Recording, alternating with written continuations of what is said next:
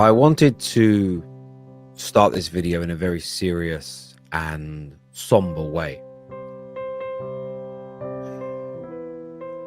I have been found out. My agenda against Harry Maguire has been exposed, and the reasons for that have been detailed to the world. I am in fact working directly for the Glazers and Manchester United, and will push whatever negative stories they ask me to deflect away from the real problems at Manchester United. I wanted to take this time to apologize. I wanted to take this time to say that I am truly sorry for thinking about the money I can make as opposed to the football club I pretend to love. And sorry, I can't do it anymore.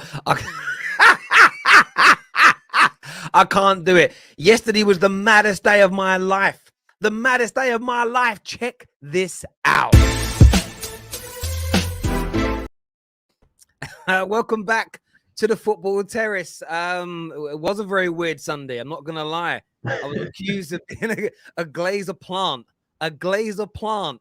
Because I criticized Maguire. It's the most warped logic I've ever seen in my life. We've got a brilliant show for you tonight, people. A warm build-up to the North London derby. We're going to take a look at how the Arsenal and Spurs fans are feeling ahead of that game now. We are going to touch on a combined 11 later on in the show, so stay with the show for the Arsenal-Tottenham combined 11. We're going to focus a big part on England tonight. Southgate, should he be fired? Trent Alexander-Arnold and Tomori dropped from the matchday squad against Germany. And we're asking a big question on the show tonight. Is Cristiano Ronaldo finished? Many people believing that he is. But we are going to put that out there. Great panel tonight as well. Igal is back with us after his short hiatus and holiday in, I think it was Greece he went to. JJ's back again, repping Liverpool on the show. Of course, probably going to have Trent's back tonight.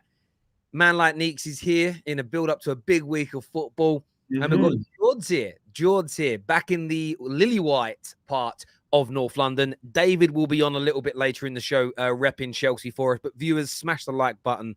Subscribe to the channel as well. Where is Bruce? Am I missing something?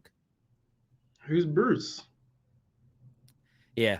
Must be missing something. I don't know. I must be missing something. Oh, Bruce, is in the Shark. Oh, Bruce. Yes, there we go. There we go. Yeah, he's not. He's working late. He's working late today. Roy, they're saying Roy. Sorry. You notice the men in here that have never seen. I've seen it. I forgot the name. I've watched it. I love it. But you watched it like me. You watched it with like your little nieces and nephews, and you kind of watch it, but you're not like into the characters. When did it come out, actually? Finding Nemo. Oh, it's got to be like 03. Yeah, I was 12 years old. I watched that. I watched that. Yeah, see, 2003, I was like 18. I was out in the clubs, bro. Do you know what I mean? I was a busy man. Was it 42 P. Sherman? I can't remember it now. Brother, I was out and about feeding some horses, if you get my drift. You know what I mean? I was a busy man at that age. I weren't out there. But there we go. We've got a big show tonight. And obviously, viewers, you get to control the talking points now on the Top 6 show. You get full control. Well, we give you options. You don't get to pick anything you want. But and the first talking point today, people, is should Southgate be sacked? Should he be allowed to be the manager at the World Cup for England? Who wants to take this first? What are we saying? I'll go first. And the reason why I go first is because we had this debate before the Euros. We had literally the same debate before the Euros that Southgate should be sacked. It was the lead up to the tournament. And I was like, it just didn't make sense to me. I'm like, it's not like it's a year before, it's straight after the previous tournament. It just didn't make any sense. Like, why would you, I'm not saying things were great, but why would you disrupt an already turbulent ship, at least on the outside looking in? And what you're really doing is you're kind of just hoping that whoever you get works. First and foremost, the question has to be who you're going to get. I've heard Arsene Wenger's name. And I'm like, this guy hasn't managed since 2016, 2017. And he's never officially retired from management, but he ain't managing anymore. And I say as a manager in 2017, before that, he was already kind of fading as a manager, hence why he was, relieved of his duties. Not necessarily sacked, but moved on, as they said. Other things have been Mauricio Pochettino. Does Pochettino want to do international football? Maybe he does, maybe he doesn't. I don't know. I don't think, first and foremost, there's a genuine candidate out there. Eddie Howe's not coming. Graham Potter's not coming. Who can work some magic in the next 2 months, month and a half, or whatever it is, when you got one game before the tournament. I don't think they've even got any warm-up games. I could be wrong. They maybe got one warm-up game. But I don't think there's a warm-up game. You've got one game before the tournament. It don't make any sense. But on top of that, the football's boring. Don't get it twisted. The football's boring. I don't think England he's getting the best out of the strengths of England, which is their attack. He's overcompensating defense because they are defensively weak, especially at centre-back, more so than even the fullback position. But he's got to a Nations League semi-final, a World Cup semi-final, a Euros final. He hasn't won it, granted. I think he deserves to have the World Cup that he qualified for. If you don't sack him a year after, you're not going to sack him directly after the Euros, after getting to the final. Therefore, he must deserve to take England to the World Cup. Now, I don't think he should have got a new contract when he did, similar to when Ollie got the contract just before, it was touted before even the Europa League final. But as he said, Gareth Southgate himself said, the contract isn't worth the paper it's signed on. I will be judged on what happens in the tournament. And I think all international managers are judged on what happens in the tournaments. If you qualify for the tournament, he's qualified for the World Cup, judge him in the World Cup. That's the way I look at it. Do you guys want to go first? Look, I'm not the biggest kind of like England fan, international fan myself, but I think I've got to echo what Nees is saying. Like, he's, at the end of the day, style of play doesn't really matter in international football. Do you know what I mean? At the end of the day, it's the results, isn't it? We've seen loads of teams. Do you know what I mean, if England won the tournament in a Greece's fashion back in 2004 when they just sat back and countered, England would love it. England would love it. We'd all love it. Do you know what I mean? It's I think the main worry with England is that I guess fans don't see a sense of direction with the international team. So where they going, we've got 20,000 right backs in the squad. Why are these players not playing? And of course, when results go against you, you're going to be criticised, and you don't have the ability to go and turn it around or work on anything on training because this international break is so short. I think it's a bit reactionary to go and be like, yeah, Southgate out. I mean, it depends what you're looking for. If you're looking to play nice football, of course that's not his bag. That's not his forte. But we saw in the last international obviously tournament in Euros, they got to the final. Do you know what I mean? They got to the final, and albeit, do you know what I mean? You could argue got lucky in some games, etc. But they did go and do it, and they qualified for this tournament. You never know what happens in international football. We've seen teams, do you know what I mean, with fantastic managers. Your France is back in it with fantastic teams, with all the creative players you wanted. You had Barca Brazil in 2010 were rubbish, completely rubbish in the World Cup. And you wouldn't look at that team and be like, oh, they had no quality. They are talking of a team with Ronaldinho, with, do you know what I mean, all your star boys in Brazil. So it's one where you either sack him after the Euros for not achieving what England should have achieved, or you sack him after the World Cup. I think you've got to make the decision then. There's too many plans that have been put forward now to go and make a rash decision bring who in in my opinion. But I feel like sometimes desperate measures call for whatever the saying is. I can't even get out. Desperate measures. That's what it is. And they haven't won in their last 4 games. They haven't played top teams. They haven't beaten Italy once. They lost to Hungary twice. They drew against Germany, and looking like potentially they could lose tonight. He makes poor choices of poor man management. Poor choices. He plays three right backs in a back 5 at times. He doesn't have a clue tactically. As you guys said, he never finds the right midfield pairing. He never finds the right forward pairing. And the players that he has at his disposal, let's be real, they are title challenging players. You're talking about Raheem Sterling, who was just winning with Man City up until now, Jack Grealish, Harry Kane, Even the players coming through, like even Tony as backups, Tammy Abraham, fresh for a good season. He's got a large amount of good players in that squad where he should be able to get something out of them. I hear what you guys are saying about the results. And in the World Cup, he has got far at times. But if we're all being like honest, there've always been easy runs. They've maybe had one or two tough games in which they may have won in. But apart from that, they've just beaten teams that you would expect them to beat.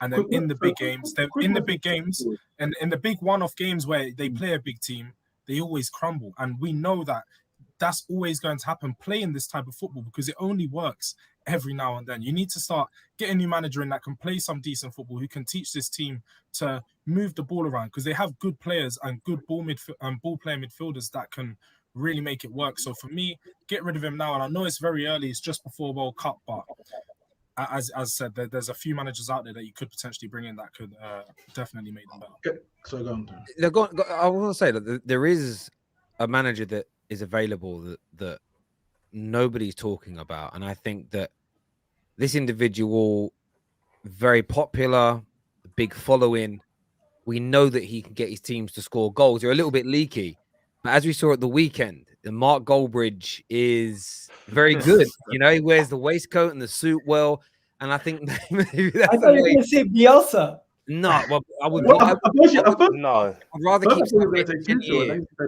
Then you said the team scores. I was like, well, definitely not him. Yeah, no, I think for me, look, sacking him now, I get people. I've read like certain journalists are like fans that think he should be sacked are stupid. I'm like, well, I don't think it's stupidity. It's a thought and a feeling. Yes, this was a sentiment going into the Euros that maybe he wasn't good enough, but we weren't playing and performing as bad as we are now. We haven't scored a goal in open play in 456 minutes.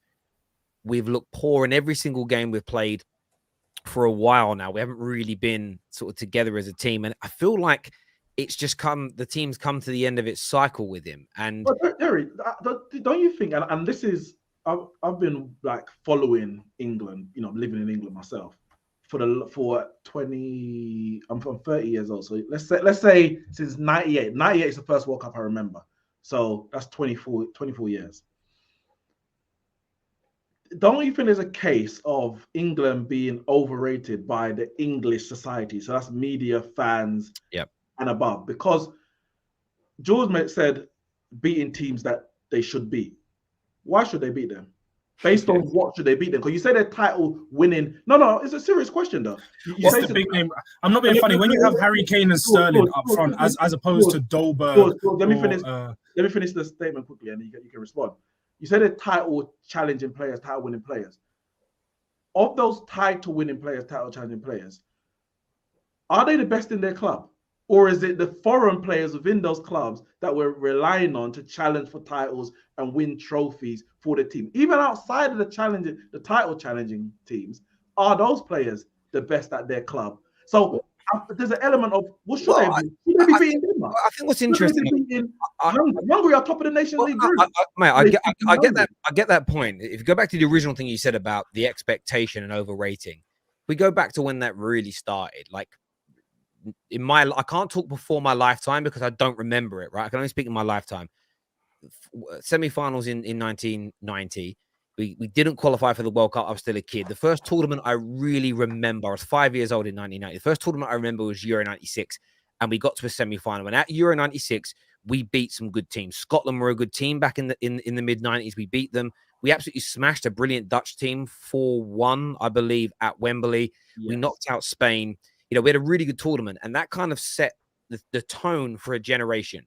We went to the World Cup in 1998, and we actually were okay. And we got beat on penalties as an example. But you are right that we got let down as a nation every single tournament by our team. But back then we had a team where you would say, because you would, for instance, say John Terry was an integral part of Chelsea's team, right? Rio Ferdinand was, as an example. Ashley Cole, Gerrard, Lampard. That generation, those players were part of teams that won all the biggest trophies domestically in the world. And a lot of those players were integral parts. The fringe players, maybe not so much when you got the likes of Vassell and whatever.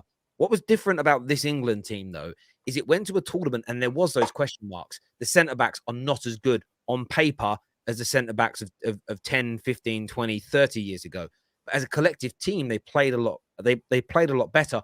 when there was no expectation. I think what's crippling this group and the manager is now we expect good, irrespective of what teams you've got to play, we expect good performances now at tournaments. I think we got so beaten down after 20 years of genuine failure at the tournaments that there was no expectation. Going into that World Cup in 2018, the whole it's coming home thing, people so then it's wrong to look back at those tournaments and say, well, we should have beaten them, because the tournaments before that you get knocked out to Iceland.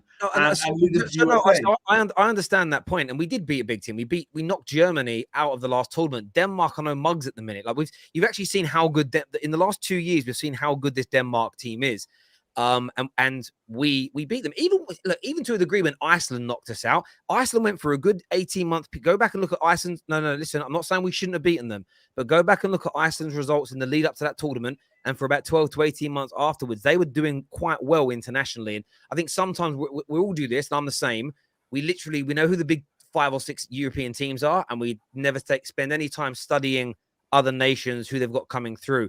But I just look at it as this team. I think it's just gone stale under Gareth Southgate after these couple of tournaments. And I just feel a little bit like if we keep him, I just feel like we're going to have a bad tournament. And it's almost just like when we went into that final tournament with Roy Hodgson, he was already done. He shouldn't have been at that last tournament. It ended up just being a write-off. And for me, like to go into a World Cup, not having no belief, or I don't know, it's not a nice feeling. I would personally, with Tuchel available, with Poch available, the money that England pays, I think you could convince them. Look, what else has Poch got going on? The only club around that want him at the minute are Nice. Like Nice, bruv, like England will pay him easily 10, 12 million pounds a year. I would be knocking on his door and saying, listen, we want you and we want to get it done now. That's what I would personally do. But I know a lot of people would disagree with that. But sorry, Gal, you were going to say something. Okay. Very simply, Gareth Southgate is a fraud. Let's be honest. Like this whole thing that's been going on from this beginning to the end, what he's been doing, he's been a good cheerleader, low expectations. He's been managing the bare minimum. Tactically, you don't see him making major changes to swing games. At least I haven't seen that from him. You don't see him making major changes tactically on the pitch. You don't see him having the team drilled to a sense where they can score. The only thing that you could see is the set pieces where they continuously scored. That was training in the change room.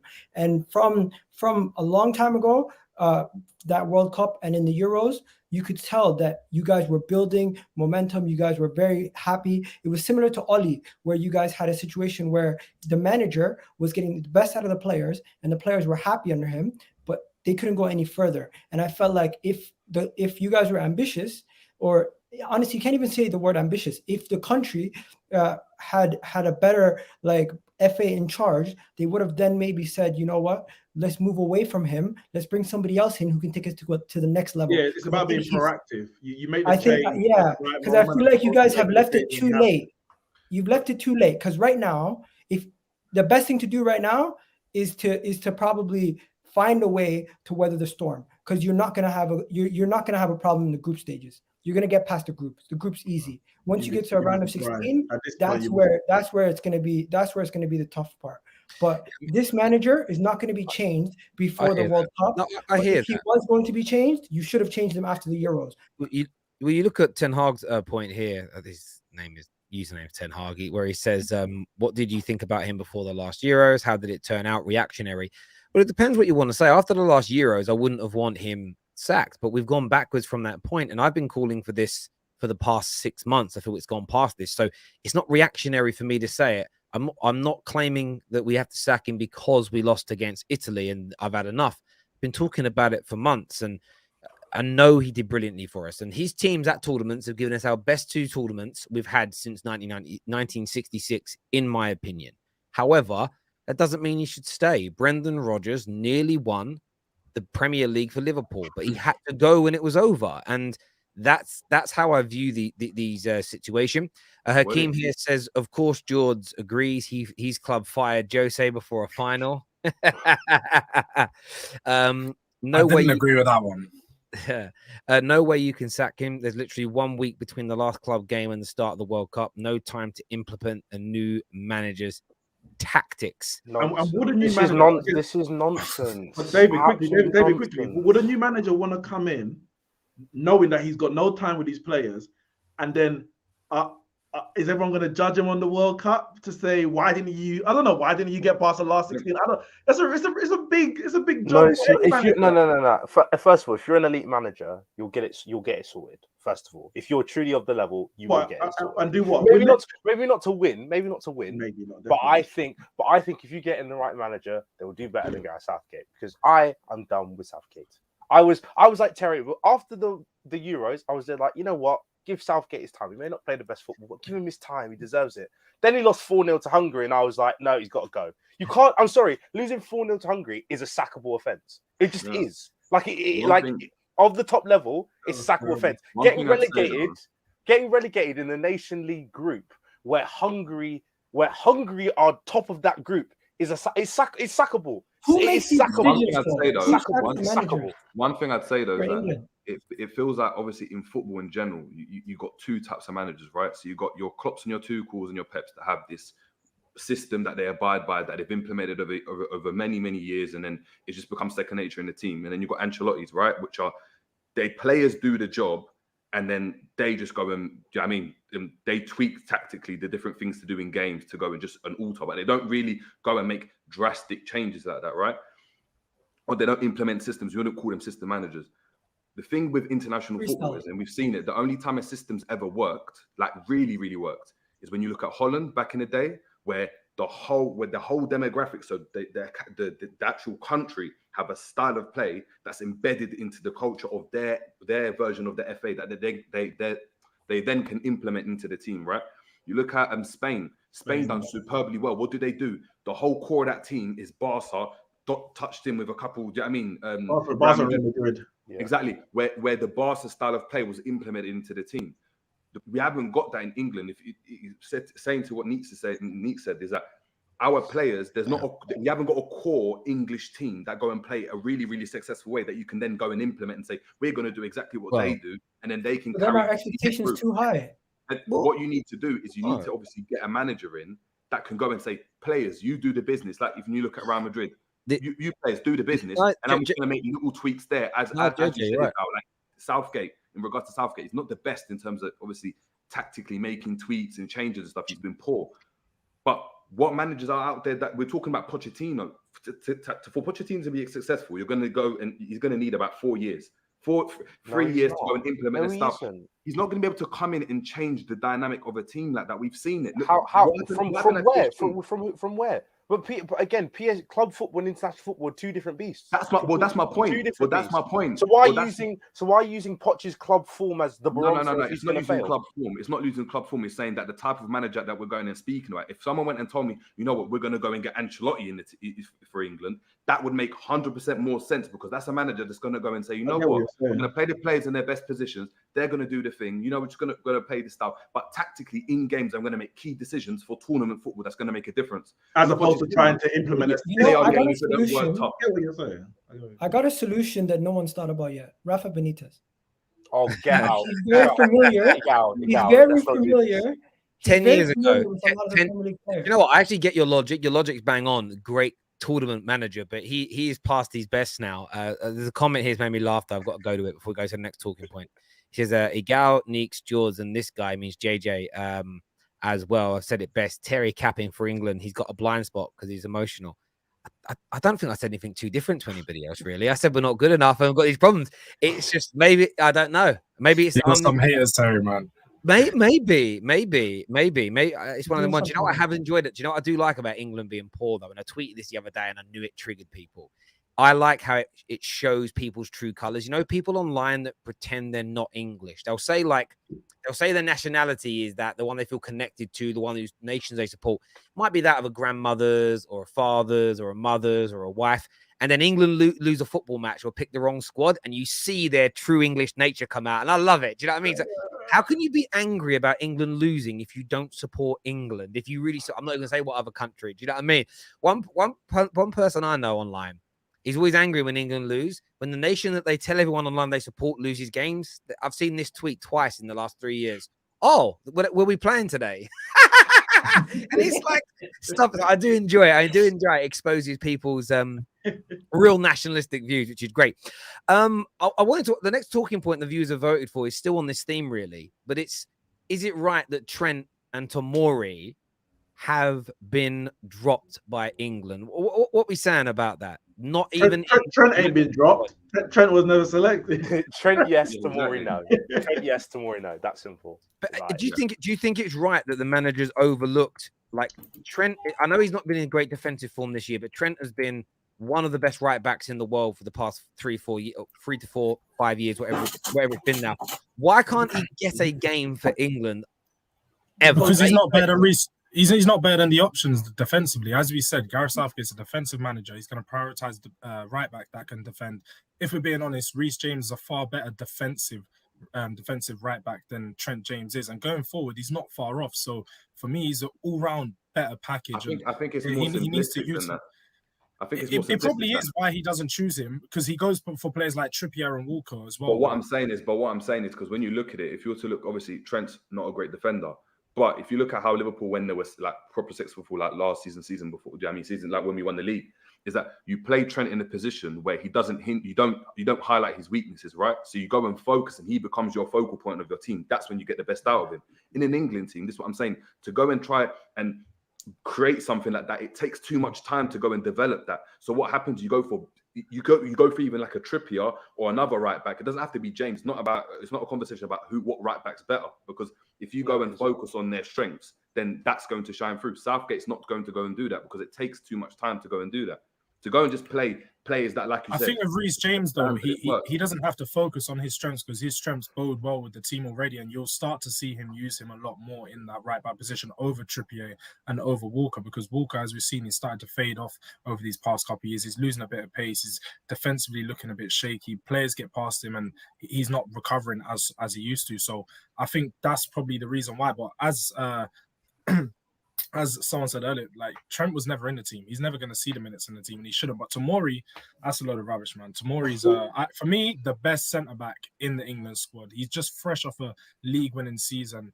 It's just very clear that Southgate's clearly not watched him enough. Maybe he's not even sending scouts out there to watch him, because Tomori is literally the best all-round centre-back there. He's a ball player, and he's still starting Maguire. He's bringing players like Connor Cody and Tyrone Mings on. Eric Dyer.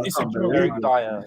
No, I'm not hearing Eric Dyer. Eric Dyer's been class. He's been good for about a year. He's been good for about a solid year, so he's earned his spot. Eric Dyer should not. Eric Dyer, realistically, is he much better than Connor Cody? No, he's just not. He's not. No, but if they're good, he's playing better. He's playing better on form. He's playing better than majority of English centre backs anyway. So he deserves to be there. I was fishing a bit there because he mentioned all the other centre backs. But I think the Trent one, I agree with JJ. I think you have Trent doesn't start for England because England don't have a system like Liverpool. That's literally it. And I've said this before. I think a lot of people have said this. Trent isn't a right back in any other team other than the team that Klopp has created at Liverpool, because he's not a traditional right back. And most teams play with traditional right back, fullbacks, or traditional wing backs. And he's not that. So a lot of teams would either accommodate a system that allows him to make from the right, call it a right back, right wing back, whatever, or they move him to midfield. That's what would happen. So if he was to play for England, I could see him playing more in a midfield three, as opposed to changing the whole system to accommodate. He's a special player, don't get it twisted, but to accommodate one player. So the Trent one, completely understand it. I think the issue is because the lineup has come out and he's gone with I think it's a very similar team, and Saka's been dropped. A lot of those players that have been called up recently are victims of the fact that England have been playing poorly. And Southgate needs to get some results and needs to get some good performances from the team that he's expecting to go into a tournament with. So let's say, for example, today he played Trent, he played Tomori, he played Ivan Toney, because I know what I get from Kane, and maybe other players who want chances, Ward-Prowse, etc. You then go into the tournament. All the players that you're actually really going to probably start on the first game haven't won a game for England for 5 games. So he's actually chasing a result. So the team that he's going to go with had some form, and I think those players are a victim of it. But Tomori, he should have been called into the England side months before he was Yeah. actually pulled up. So now he's chasing behind, trying to get a game.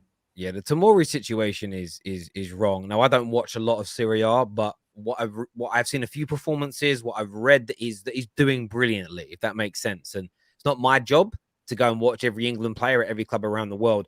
The fact that we've had I know that people have spoken in the past, Connor Cody could be partly in because of soft fact, great personality, keeps the group together. And those kind of things are important in squads. And if you research sports at any level, in any sport, that team environment is really key. So I get that there are soft facts that play into that.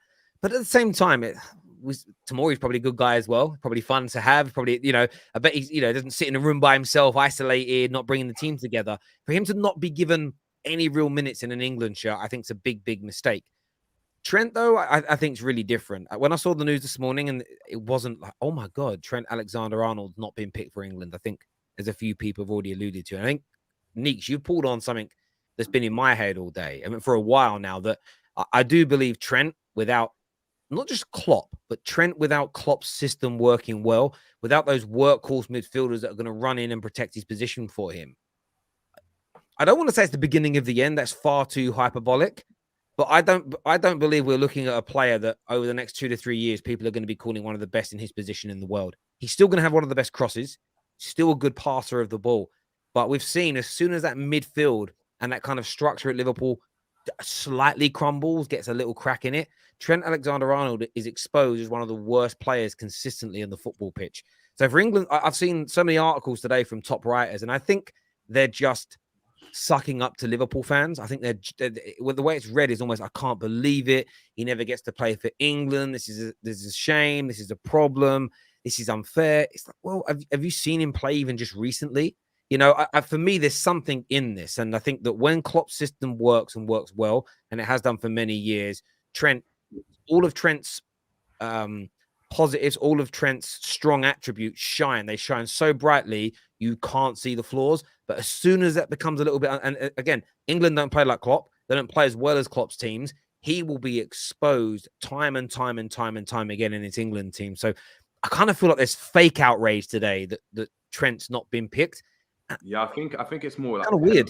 I think it's more pent up kind of issues from, like seasons gone and stuff where he hasn't been selected and he's been on top form, because when he's in that form and that type of mood, and how momentum is in football, you need to go and utilize that as much as possible.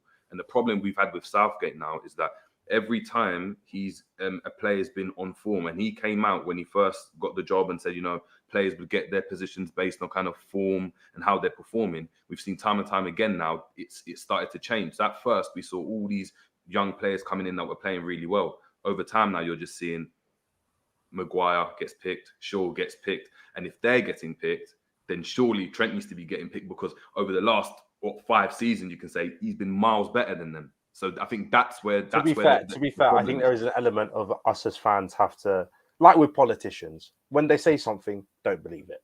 When Southgate came in and was like, oh yeah, I'm going to pick people based on form. Why did we all believe that? Like, what's wrong with us? You saw it very early on with because Chris Smalling was still at Man United when Southgate first came in, and he was left out the team. And he said it's all on form. He then went to Serie A and was performing brilliantly. But we knew the real reason why he was left out is because Smalling can't really play out from the back.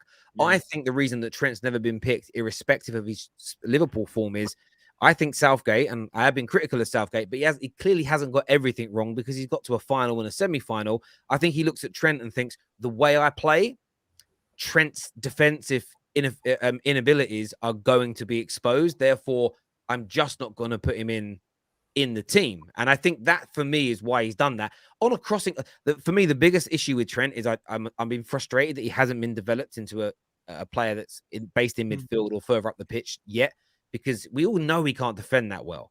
And I think even most Liverpool fans, if they were to speak in a quiet room, unrecorded so nobody could hear, they would say, yeah, he's not a great defender. He needs to and most Liverpool fans know this. The fact he hasn't been developed to play further up the pitch yet frustrates me. And that's because he's being used essentially. I know you guys play with 4 at the back, but with the way your midfielders would cover him, it was like playing 3 at the back from a defensive point of view when your fullbacks went forward. Terry, and you know what the thing so he was used as an attacker. He's never really been a defender under Klopp. He's been an attacker whose starting position is right back, as it were. And that's not a dig at Trent. that's utilizing Trent's abilities to the betterment of your team. England just don't play like that. So it's not really a shock to me, because I think in this England system, with how defensive we are, we're losing at the moment anyway. I think with Trent in the team, it could be even worse. Sorry, Agal, mate. No. You basically said everything I was going to say. Why is anybody shocked? He's been one of the most disappointing players this season in the Premier League. Let's be honest. Trent Alexander-Arnold. That's not even an overstatement. He's literally been one of the most disappointing players. Liverpool have been disappointing, and Trent has been one of the more disappointing players from Liverpool. And for him to be dropped, he actually would be then stating that what he said was right on form. But yeah, we know he doesn't. We know that he doesn't believe that, and he then takes Harry Maguire, and he's starting Luke Shaw today.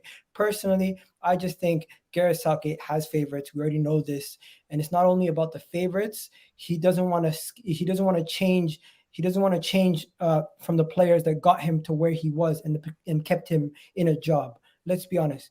If you've been in the trenches with people, you're going to continue to go back into the trenches with those people because you trust them more than anybody else. And Trent wasn't there when he was going to the Euros. He got injured before the Euros. He wasn't picked going into the World Cup. I never really thought he was ever going to get picked to go to the World Cup this time.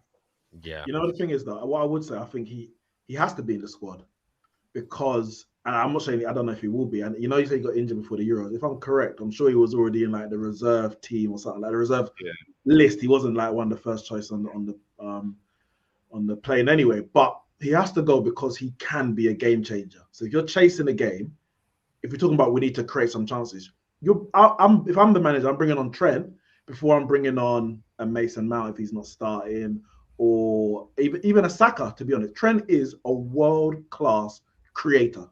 You need to create some chances for your striker. You bring on Tony to go two up top with Kane, one behind the other maybe, and you bring on Trent. Like, for me, he has to go because he can change the game off the bench, but I wouldn't start him. I agree with that. Like Trent, for me, from dead ball situations, crossing the ball, we don't have an English player as good at him. The only player in the world better at crossing. Yeah, Trippier he's high level on with Trippier is good, but I think Trent's our best crosser of the ball. I'm not saying other people can't cross. Reece James can cross, as an example. I mean, Harry Kane can cross, but you want him in a box, really, don't you? Like he's there. But just very quickly before we move on to the next talking point, why do we think Tomori is being left out, though? Do you think that's like a Premier League bias, or is it the manager just has his favourites and he's not going to be skewed on that? How good is he as a ball player, David? You obviously watching probably more than us being Chelsea. Is he not very good? I'm not going to. That may be back up when he was playing under Lampard. The reason why he got dropped is because he made like quite a few like ball playing mistakes. To be fair to him, it was only like 2 or 3 mistakes, and other players were also doing the same like town foolery, and they weren't dropped. So that may be an element to it, but I think there is a Premier League. And I think there's a big 6 bias as well, because look at Grealish, for example. Grealish was doing his thing at Aston Villa. Every minute he was criticizing Grealish. Grealish goes to Man City, and he's in every squad without a shadow of a doubt. He's the first person off the bench if he's not starting. I'm not saying he's starting a lot again, but he's the first person off the bench, and he's not dropping these little digs in every interview when the question about Grealish is asked, and he starts throwing in Mason Mount's name there to play one off against the other. So it's like he's gone to Man City and he's a better player than when he was at Aston Villa. When in reality, he's been playing worse at Man City than he was at Aston Villa.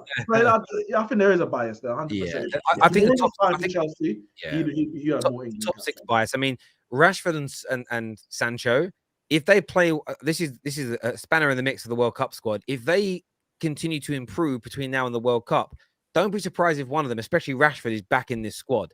Because I almost feel like sometimes there is this desperation to pick the players from the bigger clubs. I know that Lingard was in the squad for ages, even after being dropped by Solskjaer. You can always argue that a lot of these clubs play in Europe, playing Champions Leagues, therefore they play in a lot more high pressure games against better quality. So there is that argument, and we often say about certain players. A lot of people would say about Declan Rice, well, he's not Champions League proven, is he? So if you've got those, you can't hold that as a train of thought about a player not being valued at something, and then say that the top 6 team shouldn't be given a bias. But the Tomori thing's certainly weird to not get any game time. Rashford's going 100%, Terry. Well, if he keeps scoring like this, you know, his form right now And, is sensational. Big game Zinchenko player. also. Because Sancho, I'm not sure. let's not lie. I'm not sure. After they miss those penalties, he's gonna always remember that, and he's gonna try to give him a chance to redeem. But I don't think he's a big fan of Sancho. I don't think he's a Sancho fan. I don't think he likes Sancho. But Rashford, man, he loves this guy. I think he does. It's just he's not been able to pick him because he was so bad. Some super chats here. First one says, not an England fan, but Southgate ain't it. I would pick Bielsa. Surely he can utilize all the attacking talent. Yeah, but he can't defend. But would England fans accept an Argentinian? That's also true. An Argentinian, like we've had, like, I don't know. But we should do. It shouldn't really matter, should it? Because I'm sure he's not going to be. I'm sure they're not going to be debating the Falklands. He doesn't speak English though, does he? That's not gonna work. Yeah, definitely. That's going to be difficult. The performance are a hoax. They are meant to reduce people's expectations of the team, and it's working. Can you imagine? How dumb are we all going to look if we win the World Cup? Well, say we. I don't know how many of you actually support England on here. Two or three of us. Obviously, Neeks is Brazil, and the Canadian to my left or to my right, the Canadian's a French fan. Wait, yeah. Well, actually, Gal, are you supporting Canada in the World Cup? No, I'm not letting him. I am not letting you. I'm sorry to be so. I am not allowing it. When it comes to real life, people can be as many nationalities as they want to identify as. When it comes to sport, like a club, you pick one, you stick with it. You picked a good one, by the way, in France. You did pick a good one, but but France is not doing nothing this year. They have the same situation. Oh, that's why he's going to Canada. He wants to be no. I'm not going to Canada. I guarantee you, they will the World Cup. We're going to catch it. I'm going to be cheering. I'm going to be cheering for and hoping Canada does well. No. Obviously, we're not going to do nothing. We're going to get slapped by every team. I'm going to tell you this now. We're going to see on TikTok if they get a point in the groups. You're going to see on TikTok. You're going to have. Bro, we have Croatia, Belgium, bro. If you win a game or win a point even in the groups, you're going to see this man on TikTok with his boxer shorts on going, oh, Canada. He'll be singing it. He'll be forgetting his French origins, by the way. He'll be forgetting his French origins, and he'll be bang on them. This super chat here says, how about Smalling? He's been good since we kind of mentioned that already. Can't play out from the back, so he won't get picked. Chris Smalling. England's rivals are Scotland. Stop begging Germany. Bro, if you don't understand the rivalry between England and Germany, read a book. Any book. And do you want to know the irony? Like England and Scotland's rivalry, England and Ireland's rivalry, England and Germany's rivalry all derive from the same things. War. Like that's where those rivalries come from. They're all rivals for the same reason, my friend. Tottenham fan already switched because he's scared of Saturday. Well, we're going to get onto that a little bit later, my friend. We're going to get onto that. Does anyone ever want to watch the World Cup after seeing Southgate's tactics and selections? Who wants to be see boring football and get embarrassed? I mean, I'll be watching it. Doesn't matter how bad it is. I'm going to be watching the World Cup. Viewers, make sure you're smashing the like button. Make sure you're subscribing. The next talking point, turn the bell notifications on as well. The next talking point is going to be a juicy one. I don't even like saying this, but I've got to. Is Cristiano Ronaldo finished? Who runs this channel? Question. Fraudulent. It's about time. It's about time. It's really about time that we have this conversation. Because it's been years. No. It's been years. This isn't the first season that Ronaldo's been finished. Let's be honest. He's been bad for a few seasons now. Of course, he's still been a goal scorer, and he's always gonna bring you goals. That's not a problem. That's not a problem that he's going to provide. But he is a problem when it comes to building up play in your team. He affects the dressing room. I feel like people idolize him too much, and it gets to a point where they want to give him the ball in situations where he doesn't need the ball. And at times he becomes a focal point of a team when he shouldn't be. And it happened at Juventus. We saw them get worse and worse as the seasons got on, as he was there. And now the same thing with Man United. You got worse last season. Although he scored loads of goals, you looked worse than you had in all the seasons prior to that. And let's be honest, him as a player, his performances were bad. They were just getting covered up by a few decent goals here and there. I mean, the Tottenham hat-trick, it sealed up his season. It made his season look amazing. But prior to that, he was poor. Let's be honest. So, look, I know Man United fans and other rival fans are going to get very hurt by this because there's certain people. He's a GOAT for some people, not for me. But let's be honest. He is finished. He's done. He's done. Like Was he's not Messi ready. finished last year when he scored like 4 goals the whole season? As I said, performances, goals and assists. You can do that. He can keep scoring goals, but if you don't recognize that Ronaldo is no longer the player he once was at Real Madrid, nowhere near that level, he's finished. Right. So there's two elements to that, because the last part, I agree, he's not at the level he was at Real Madrid, but Nowhere near.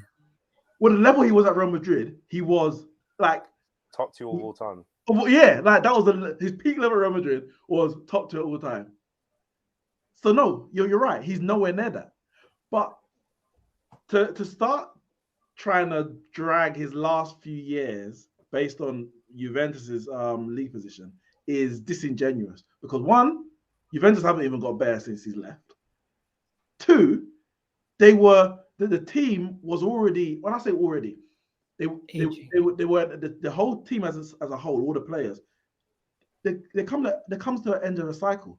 A team doesn't just win the league forever and ever and ever. I know you've won it 9 times in a row, but it doesn't mean you're going to win it 20 times in a row. There's going to come a point where you don't win the league. Ronaldo was there for 3 years. I think they won it in two seasons, and the last season they came 4th. He's the reason that they got worse. He's the reason they won the league. I think it's coincidental that he joined in the 8th year or 7th year after they won the league, as opposed to joining in their 2nd year. So by that definition, if he had joined in their 2nd year, he would have got them worse and they wouldn't have won 9 in a row. I don't think you can just make that complete statement that he made them worse. Equally, him coming to Manchester United to say that, yes, we got worse after we signed Ronaldo. We also got worse after we signed Varane. We also got worse after we signed Sancho. So by that definition, any player we signed after we got worse are also finished, or in Sancho's case, maybe never got started because he's only 20-odd years old. So I think, again, putting that on Ronaldo it's easy to fit a certain narrative. Ronaldo's 37 going on 38. He's nowhere the player that he used to be. But Ronaldo got 26 goals in all competitions last season. You don't do that if you're finished. I don't care whether you're involved in build-up play. I don't care if you're involved in pressing. I don't care about that, because goal scoring is an element of football. I'm not saying it's the be-all and end-all, even though I guess it is the end-all because you score more goals than opposition. But it's not the be-all. If you can do that 26, 28 times a season, you can't be finished. You might not work for a certain manager system or even in a certain league because of the intensity. But to call him finished after doing that last year, and when he dunked on your team, the embarrassment of it, George, he got a hat trick and he got the goal and I think 2 assists in the first game at the Tottenham Stadium. He got 6 or 7 goals in the Champions League, the highest level of club football. And at the same time, he's still scoring for Portugal. So and how many more years? Finished. How many more years? I don't get it. Because more it's 2 years, months since he last was banging. I think Ronaldo can still play for another 2 years. 2 years. I think he could play until he's 40. Honestly, yeah. Like this guy. I have to be careful about what I say, because the way my club's going, Top B is going to sign him in January if we make it through the group. Of course he is. It's like, if it's good, like I can see it happening. I can see it happening. So I'm not going to sit here and be like, he's trash, get rid of it, he's awful. Like, obviously, he's not exactly the most, modern footballer in the world, but he can score goals. And that does one thing that doesn't change in football is, can you score goals? Yes or no. That's simple. So is he finished in terms of playing fantastic football? Probably. Is he finished in terms of goal scoring? Evidence says no. And ultimately he is, even though I disagree with it, he is the greatest goal scorer of all time. So yeah. I think the problem you've got with like Ronaldo as well is that it's when you're all round. His game was always catered to athleticism. It was in fact, he was fast, strong, tall, jump high. All that type of stuff. So when that starts to wane, it becomes more evident that you're not as effective. And the problem is that when you're playing for these top teams, and this is what you mean by finished. Can he keep playing for? Is he going to play as a striker, as the main striker, starting striker at a Chelsea or United or any of the top 6 teams and win a league, win the Champions League? I don't see it. And the problem you've got now, Ronaldo, is that he's struggling to accept this kind of second fiddle role. So coming off the bench, of course, he can go and score you goals. He's never going to go and not be able to score goals because he is that good. But can he go and affect a game without scoring a goal? If he doesn't get you a goal, he doesn't do anything else. He can't press. His hold at play isn't that great because he's not like a Drogba. His game was built around holding up the ball. So even that, he can bring other players into play.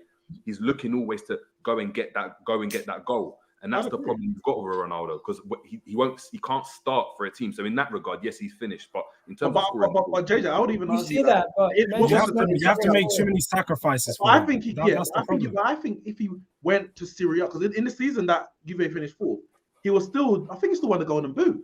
I think he outscored Lukaku in that same season. So and I'm pretty sure in that same season he had one of the most big chances missed out of everyone else. Potentially. I don't know. I'm not going to say you're wrong. I'd actually say, okay, cool, because you obviously researched that part more than me. But I think in the Premier League, I agree, because you mentioned Chelsea, Man United, he won't be able to start week in, week out for those sides. But I think if he went to Italy, I think he could still score a bag load of goals, which will benefit a team. And then are we still going to say he's finished? Because there's people in that league who are scoring goals who we don't say are finished. So is it because he's 37 and scoring those goals? Or is it that he's in the league scoring goals? Because if he's in the league scoring goals and he's finished because he's in that league, then everyone in that league is finished. And they're not. So do you think he's going to score at the same level this season? Do you think he's going to score 15 plus goals? In the right team? Well, no. I'll say no, because I think he's playing for Man United for at least until January. And we know he's not going to be, as it stands, he's not going to be starting in the way that he is. Therefore, he's going to have less minutes. And no, I don't think the way that Ten Hag plays, it is going to cater for what Ronaldo needs if he's going to score goals. But the way that Ten Hag plays is not the be all and end all football. So should any team have to cater for a 38-year-old? Cater their way to football to sacrifice for a 38-year-old. If he joined Man City last season, Man City still win the league. And he's probably top goal scorer in the league. And they probably win the Champions League just because they got Ronaldo. Like when Benzema's going up the other end and being clinical at that end, he's scoring for Man City, all the Man City's missed chances. So from the way that Man United want to play, and maybe an Arsenal and maybe a Chelsea, it might not work. But for a team where Haaland gets 13 touches a game, like a team that you don't need to say. That's true. But if you were to look at the running stats, like Haaland, the amount of runs explosive runs he's making in game is far superior to what Ronaldo's made in the last 3 seasons. I'm not saying he will get 13 and 6, but I'm saying he could score I know, but what I'm saying is that these teams will rely on that so heavily. That's what I'm saying. It's like he's going to go and get goals regardless. But getting goals, but not adding to other areas of the pitch. So even if it is making decoy runs or holding up the ball, all those little things that you don't really see when you're watching the game, but when you break it down, or you know what I mean, once you're training down, it's like, oh, can he impact? Like Lukaku had the same issue. Lukaku's going to score goals at Serie A. He'll score goals anywhere really he goes. Obviously Chelsea, he was dead, but anywhere he's gone, he's always scored goals. The problem is what else is he really adding to the game? And yes, he had explosive pace getting behind, but how does he hold up the ball? Does he make those decoy runs? Does he press well? Those are the features in his game that obviously are lacking at the moment for Ronaldo. Can I just jump in? George, you said something about Ronaldo not being a GOAT. What do you mean? The or a? I said the GOAT. He is one of them. I did say he's up there, like for some people. Okay, yeah, that's right. Because I didn't quite hear, and I wanted to ask. I think for me, right, like I think he's, of course, well past his best. And 37, 38, most players are, especially attackers, because of the attributes that you need. I think what people are going through, and you've seen in the last 2 or 3 years when he's been on the decline, again, just because of age, people have been trying to reduce his career. They've taken away all the great things he did when he was younger, dribbling, crossing, creating, and they tried to reduce him down to just a goal poaching number 9. Now that he started this season poorly, after not getting his move away, you know, I saw that picture, that image last night, and the image kind of stood out to me massively of him kind of laying on the floor, his nose bleeding. I saw people celebrating that, and they were like, "Oh, I'm so glad to see him in this position, looking like that, battered up." And I think what some people are getting out of this is finally, after nearly 20 years, the guy that they always said was overrated or going to be a flop or they didn't really like is now kind of at the level that they've been trying to pretend he was at, if that makes any kind of sense. Like he's now declined to a level they said he was always at, but he was up there for like 10, 15 years. And I think people are getting a lot of enjoyment out of it. And when I saw him on the floor yesterday, I felt as a United fan that has a lot of like, he's one of our club's greatest ever football players, maybe the best ever player to play for us, maybe not our club's greatest legend because of time spent here and stuff, but he's up there. It's horrible to see him go through this. However, I am reluctant to say he's completely finished because I still think in a team that has a good system around it, he's still able to put the ball into the back of the net. Probably in the Premier League, probably barring Kane and Haaland. If you were asking me now, there's a one-on-one chance on goal or a goal from close range or a headed opportunity, who are you picking in the Prem to finish it for you? Ronaldo's still one of my top picks. So I still think he's got something to offer, but you need to have a system around him that really helps and works because, again, he's 37 turning 38. Like most players are retired by this point. And I can't think of very many that carried on at the highest level. Literally, Scholes and Giggs in the Premier League. How many players were influencing the best teams beyond 35? Can't think of anyone beyond Scholes and Giggs. It's Cesc. How old was Cesc? Cesc ain't that old now. Just left and went to Monaco after. Yeah, like so. I kind of it's an interesting one for me. But viewers, let us know. Teddy Sheringham is one. Terry Sheringham wasn't a top club. I'm talking about playing for like one of the top six. Thiago Silva, yeah. That's true. He's doing it. He's a defender though. Can we think of any attackers that were doing it? Like legitimately attackers. Ryan Giggs, the only one I can think of, and he become a midfielder. Giggs became a midfielder. Going to say old was Dennis Bergkamp when he retired from Arsenal? You should know. You're a gooner. I forgot. Remember, he was from your academy. I want to say he was 32. So he's 50. He's 53 now. So just yeah. So he's 53 now. It's easy. So how many years ago was that? 37. 37. He left Arsenal. Yeah, because I knew he was old. Because he was 37. But do you know the advantage Bergkamp has? A bit like Sheringham playing on. They never relied on pace as their game. And Ronaldo, a big part of his game was pace. So that's what it is. Yeah. Ibrahimovic was one. Yeah, Ibrahimovic is a good shout. But it's a handful. It's a handful of players that were able to still do it. But there we go. Viewers, keep smashing that like button for us. Very, very important. If Portugal even think about winning the World Cup, a lot of people are going to have to apologize. Well, they will. Next talking point, people, we're going to be going through is Arsenal versus Tottenham combined 11. We know the North London derby is fast approaching. I don't know about you, I want this international break to hurry up and finish, and then we can really start gearing up to that game. We are going to talk a bit more about that game later, but we're going to put a bit of a combined 11 together. And viewers, we're using this website, like the FIFA Ultimate Teams. I've actually already got a couple of players in there already. They're my two picks.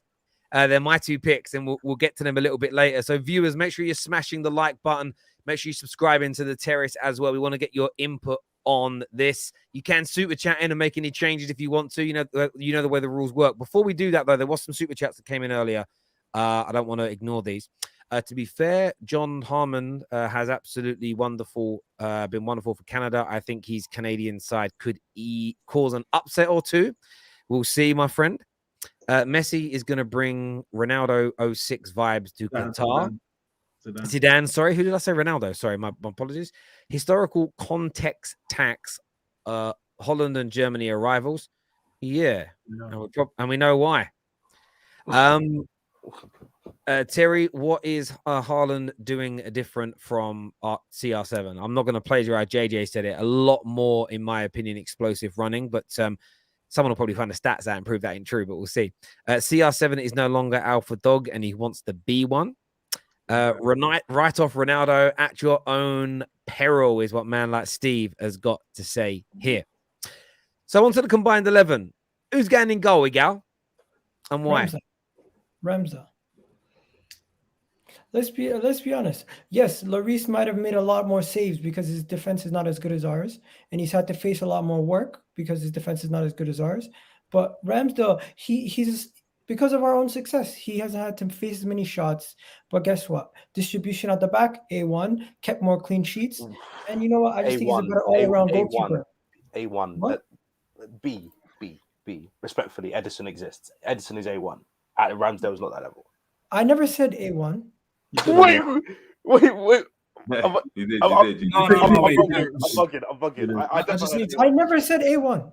There you said go. it- You just you said said A1. Ramsdale distribution A1. Yeah. Did I? No. Yeah. Okay. Did I say A? Yeah, you okay. did. Don't worry. Correct yourself if you need to. But Anyways, yeah, you did. I didn't mean it. Wait. in that sense. No, but we need to. I just we meant need it to is stop this. good. You addressed it straight away.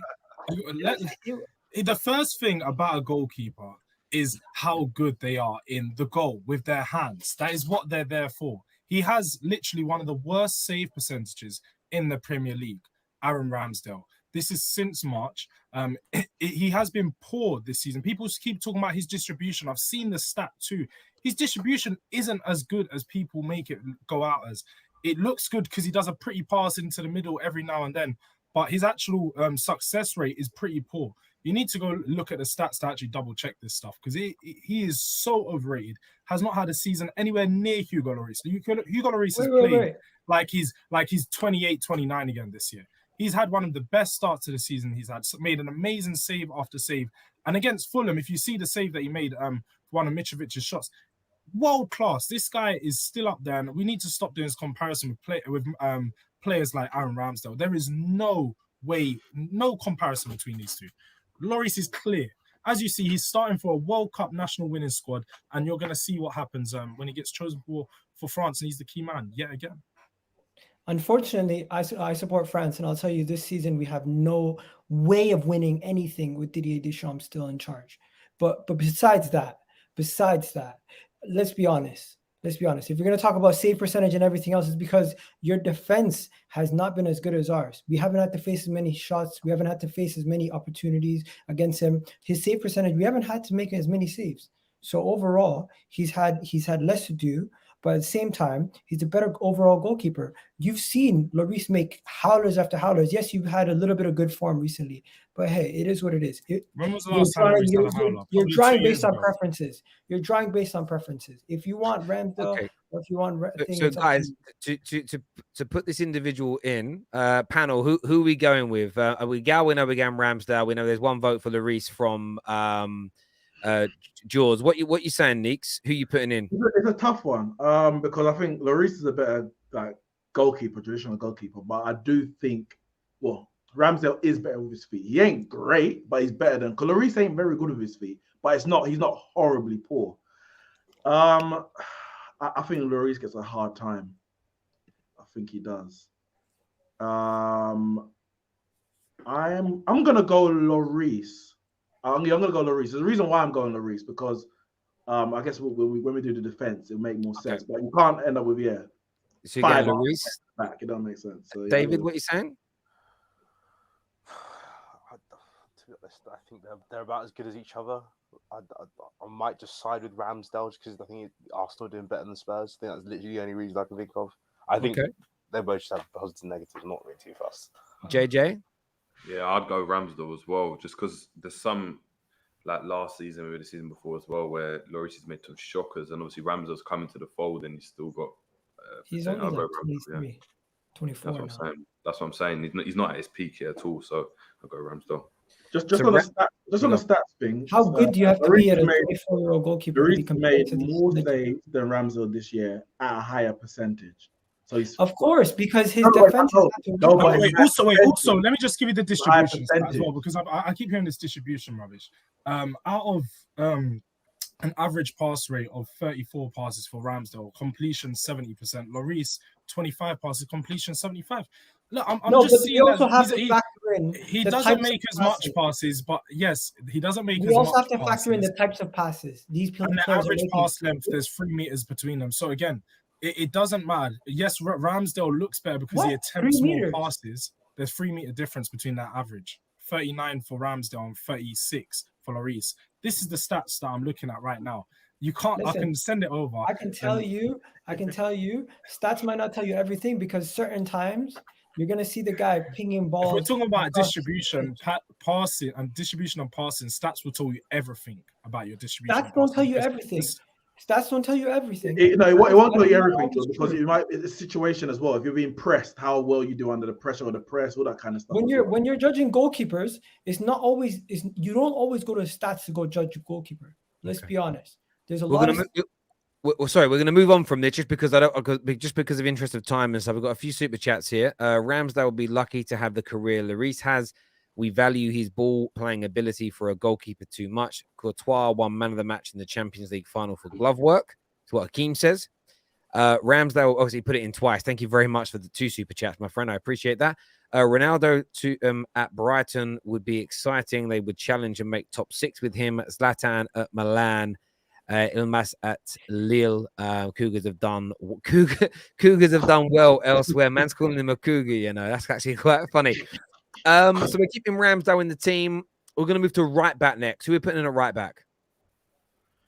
I got Ben White. It has to be Ben White. I don't even need to argue, but go for it. Yeah, we can put Ben White. Honestly, both right backs stink. Awful. Okay. No, Ben White's done well this year. Ben White Emerson's done well this year too. Ben White's not even a right back. Egal. One of the better players in that position. Egal. I agree. Ben White's not a right back, but he does stink at right back. No, he is not a right back. But this season, out of all the people who performed at right back, besides Kieran Trippier, who else has played better than him in that position? Reece James. So many players. Stop it. Allow it. No, I'm not.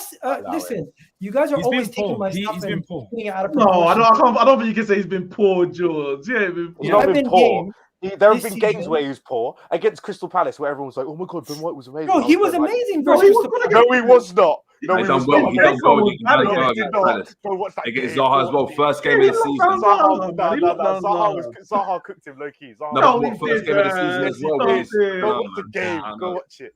Zaha had a good man. He had a good. Bro, he had Zaha in his pocket. What are you talking about? No, he didn't. He didn't. Go watch the game. Guys, we're going to move on. Left back, are we going with Zinchenko? No way. No 100%. Freaking way. We're going with the left back that already has 3 assists, almost as much as Bukayo Saka, who's their primary creator. The world class. I don't care if he's a wing back, but he plays on the left side. He's better than Zinchenko. He's better than Tierney. Persic slides straight into that squad. I don't want no questions. I was gonna go Persic. It might have to be. I think Zinchenko has been overrated. He has been overrated this season. Like Arsenal fans. They like Jesus has done his bit. Don't get it twisted. But it's like we bought 2 Man City players, therefore they are our best 2 players this year. Like that's literally the analysis you're getting. Are you forgetting the William Saliba? He was not good against Palace. He scored a goal. He was not good. No, but the thing is, obviously, I heard he was great. On the ball. The position he was taking up in midfield as well. Like you can tell, like tactically, technically, he's a level above, especially what they've had. And he has been good for them. He's given them a different option. When you got Tierney, he's a very standard kind of left back down the left hand side. When Kieran Tierney's fit, Jack is even playing better than he did. Jack has been playing better than he has, and we'll get on to that. Tierney's better than Yo, Jerry, you know what else they're forgetting? You're forgetting we went from having Nuno Tavares to going, who's basically a touchline winger, who's playing left wing back. Majority of his games over in France right now. That's what he should be playing. He's not a wing. He's not a left back. We're to now Zinchenko, who can actually help us in that left back position. He helps us with possession, helps us in the midfield. He's just so much of a difference maker. Again, you improving your backup left back is not better than Spurs improving their starting left back. Listen, I don't care. You guys say what you want to say. Right now, you're gonna pick Perisic. It is what it is, but I'm taking my guy Zinchenko every day. So we got 3 for Perisic already. Yeah, everyone picks Perisic. So Perisic is already in. Just an update for the viewers on this, so you can all see it. There it is right there. Ramsdale, Perisic, and White have been picked. Centre back wise, who are we picking on the left hand side of the centre backs? I think we should just do a pairing. I think the pairing will be clear. Okay, we'll do pairing. It's probably just Saliba and Romero.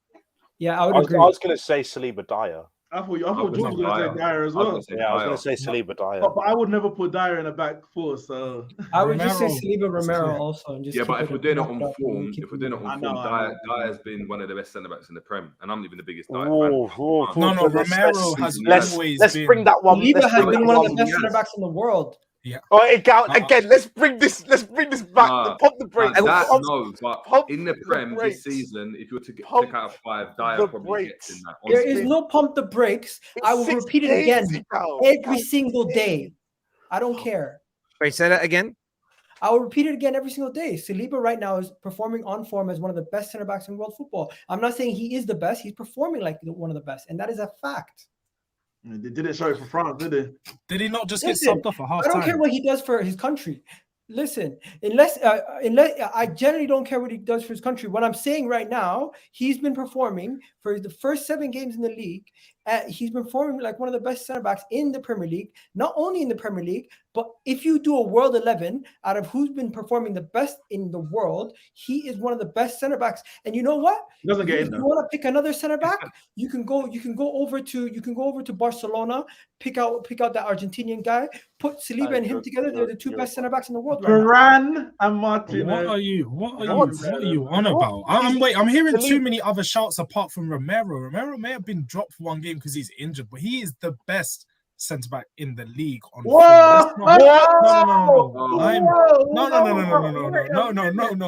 I'm really not doing this. Yes, Van Dijk, Virgil van der Klein. We've seen at the start of this season, this guy has only got worse and worse and worse. Romero, I'm just saying because Romero's not even better than that's the only player I can compare him to. That's the only other player I'd compare him to. Saliba's nowhere near. Romero's had a full season. He's done his thing. This season, he's again started to be the best player. Romero can't stay fit. The best centre back. Again, George. Again, this is about Arsenal and Spurs. So I don't want to bring my players. I don't want to bring my players into it. Thiago Silva is centre back 1. Thiago Silva is centre back 1. Thiago Varane. Anyone? Hey, World Cup winner. Hi, anyone? Varane's not top 10. What? What are you guys talking about? Varane is not top 10. Big facts. One second. Sorry, hang on. Rafael Varane is not in the top 10 centre backs in the Premier League. Yes, no. I did this. I literally did this on one of my shows earlier. Hang on a minute. So I have the list. Let me get it for you. Quickly name for me the 10 players that are better centre backs in the Prem than Varane. Let me get it for you. 1 second. I have a whole list. 1 second. Where is it?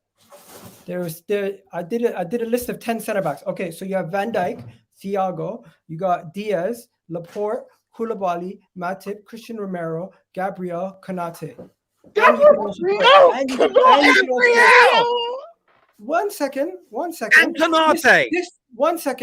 This was done by a panel of 6 fans from different clubs, and all of us did it together. And guess what? We came up with 10 center backs that were all better. And this was before the season started. Gabriel was rated highly. Don't forget that. It was 1 season bias because you had injuries last year.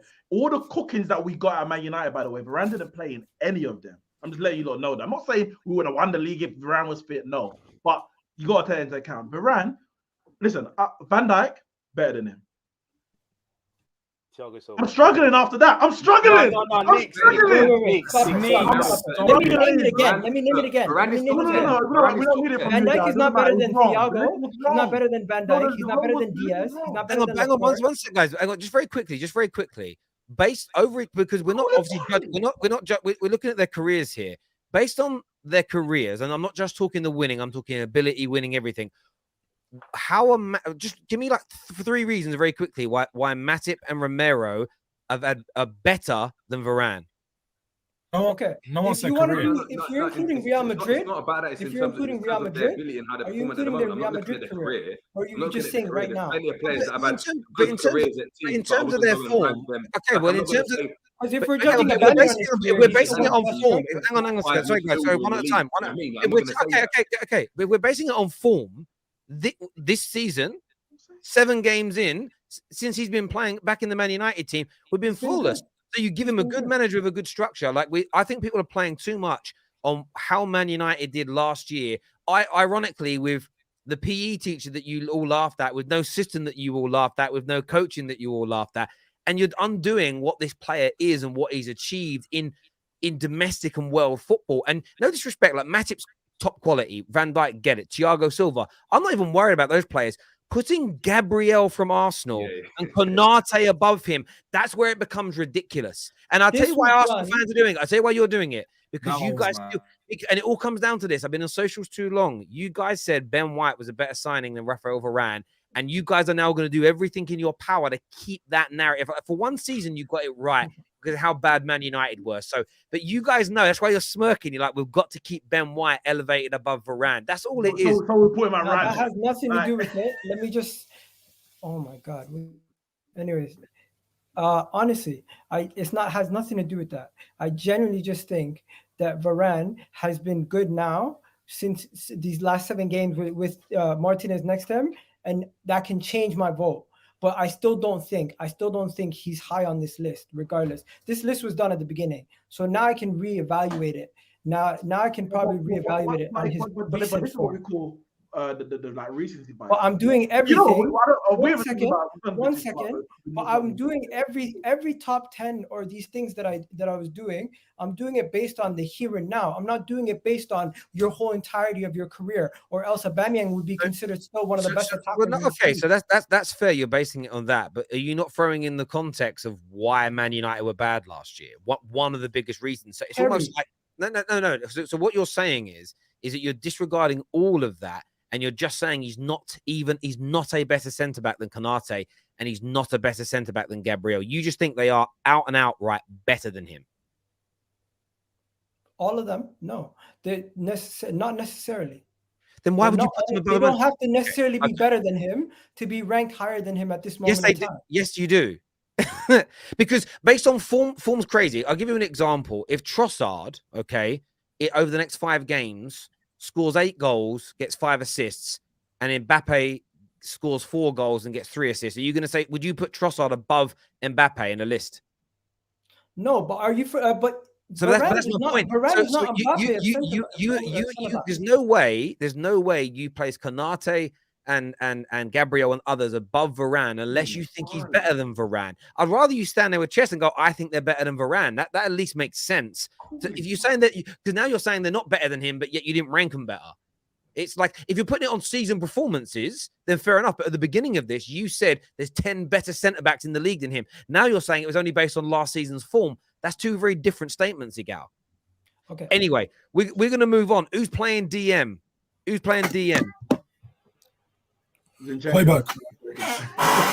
Højbjerg. I mean, he just got nominated for Player of the Month for a reason. He's clearly had Player of the Month for 2 games. Player of the Month for 2 games. Don't do Daniel, why are you ruining? You're ruining my speech. You see, it was sounding so good for a second. Just you're not even an Arsenal fan. Let you go. Come on, do it again. All right. So the Player of the Month, nomination. He's starting now. To be fair, he's had a pretty good season. He really has had a good start to the season. I know Partey's missed quite a few games, if I'm right, maybe 2 or 3. So, I mean, a player who hasn't played that much to a player that's been consistently good throughout the whole season, I don't think there's much to be said. What formation are we playing? 4-3-3? 4-3-3, yeah. Yeah. Let's be honest. Let's be honest. If you want to go based on fitness and availability, you can go Højbjerg, but if you want to go based on the better overall player, it's Thomas Partey. But hey, honestly, it's talking about form of this season, though. Let's be real. That's just what it is, though. It's not fitness and availability. If Partey hasn't played that much this season, you can't expect him to be okay. So we're going based on. Why would I mean, like me putting Basuma in the team based off of last season's performances? He hasn't played this year. It doesn't make no sense. Yeah, I think we have to go by this season because that's why we got Ben White at right back. So yeah, that's why we played Ben White at right back. It's not even good. Yeah. Who's I was going to say, does Granit Xhaka not get a shout, Igal? No, Granit Xhaka is getting in this team as an 8. Yeah, I would say as an 8. Okay, as an 8. Okay. I wanted to fit other people in. Granit Xhaka and Odegaard are the other 2 midfielders. Whoa. No. I personally would have gone with Xhaka and Bentancur. Okay. This is not even this guy knows he knows ball. Granit Xhaka's turnaround of his career honestly has shocked, I think, a lot of the Arsenal fan base, and some of the fans that have been backing him are very happy. He's playing right now Like I've never seen him play like this before. He's playing in that advanced 8 role where he plays for his country, and he's looking like the Granit Xhaka that we thought we bought originally. This guy is like revolutionized himself. I don't know what it is, but Arteta's found something out of him in this new position where he's playing the best that he's ever played, and he's so happy. And it's just this is the most goal contributions he's ever gotten so early in the season. He's already passed what he's ever done. And on top of that, like he's just performing like one of the best number 8s in the league. Like it's not even an exaggeration. That's just what he's doing. And I just think it's ridiculous to overlook him. Yeah, I think it has to, for me, Højbjerg. Is it Højbjerg or Højbjerg? Højbjerg. Okay. Højbjerg, Xhaka, and I think it has to be Ødegaard. I think Bentancur is so like underrated. I don't know about you, George, but like every time I watch him, I'm so impressed. Like I'm so impressed. And like Ødegaard, I get like Ødegaard. Oh, I'm fancy. I do. No, he's more than fancy. Bentancur is like Bentancur is so he's so good. He's so good when I watch him. He's just it's amazing to watch. Love them kind of midfielders. 1 second, did you just you know your team if you had somebody player like that's afraid to shoot? Like you don't you're missing that. That's what you're missing. You don't have a creative player. You don't have. But I'm not talking about. But this is not a conversation about Chelsea. Just because my team requires something doesn't mean I should then project that onto other teams. What I'm saying is that I'm sorry. I shouldn't do that. You're right. You're right. I think you're right. But hey, let's not disrespect Ødegaard. Ødegaard is honestly he's very good at what he does, and just the creative presence that he is as an individual. I honestly I don't want to take too much away from Bentancur. I think he's a decent player, and you know what, I would get it that you guys would want to put him in, but I don't think there's any other choice but Højbjerg, Xhaka, and Ødegaard. I don't know if you JJ, who you get with me? You kind of got the deciding vote. I think Xhaka and Højbjerg are in. Bentancur, it's basically Bentancur or Ødegaard. Who are you going with?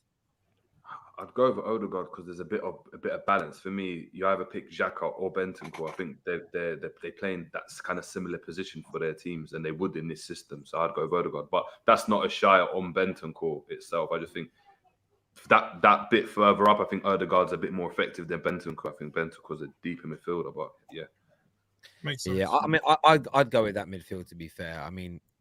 That's what I'd go. I mean, pretty much the whole team so far is what I'd pick, barring Persic. I'd have gone for Zinchenko personally, even though he's not. I just would pick him, but it's pretty good. Let's go. I think the whole front line has to be us.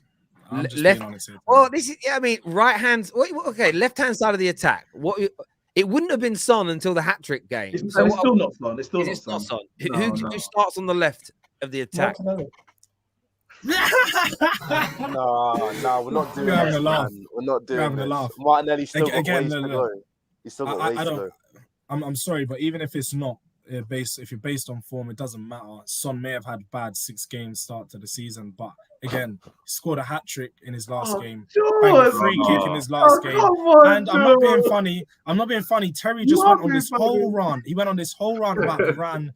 Form is temporary, class is permanent. Heung-min Son, fresh of a Golden Boot winning season, there's no left winger that you would choose in the Premier League or even in world football at times over Heung-min Son. This guy is top class, and this is far too disrespectful trying to put Martinelli in this team. I heard this last season on Spaces when they were trying to put Martinelli and Smith Rowe over this guy.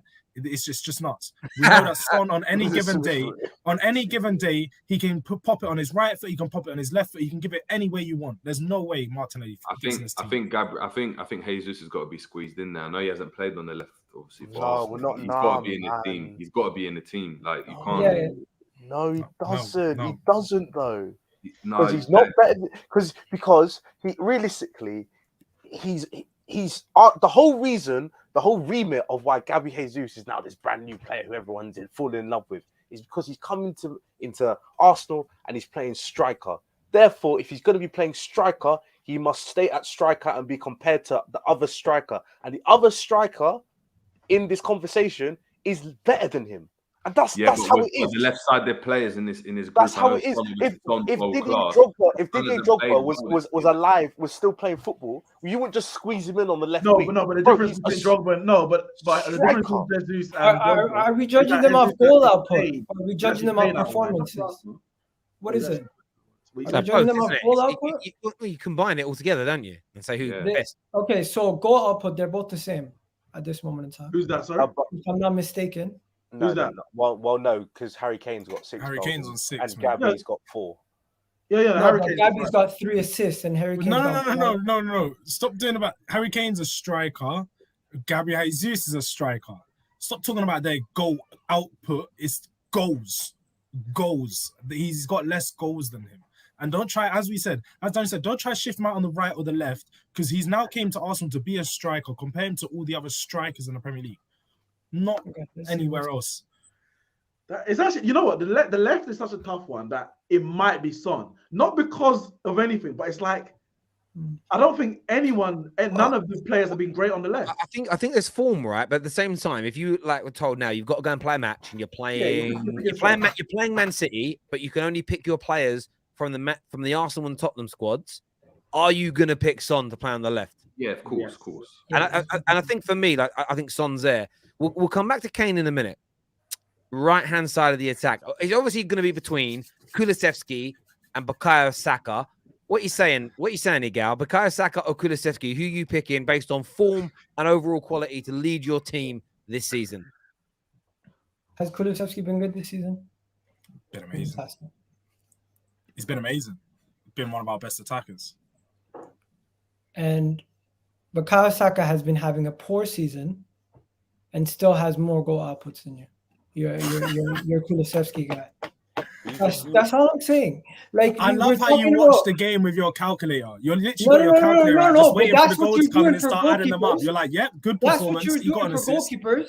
When we were talking about goalkeepers, you're bringing out all your statistics. Now that we're doing statistics for players that actually, I don't get this because the statistics that we're using are relevant to what we were talking about. We were talking about passing and distribution. I needed to show you the stats to show you how successful their passing rate was. We're now talking about a player's overall performance and the form that they're in. And you just said that Bukayo Saka's had a poor start to the season. We can all agree that he's not been well. Yes, he's got assists and he's contributed to your wins, but outside of those goal contributions, he's been poor all round. His finishing hasn't looked the same. His first touch hasn't looked the same. You know, his final ball hasn't looked the same. He could have put himself in better chances and scored a few more times this season, and he hasn't.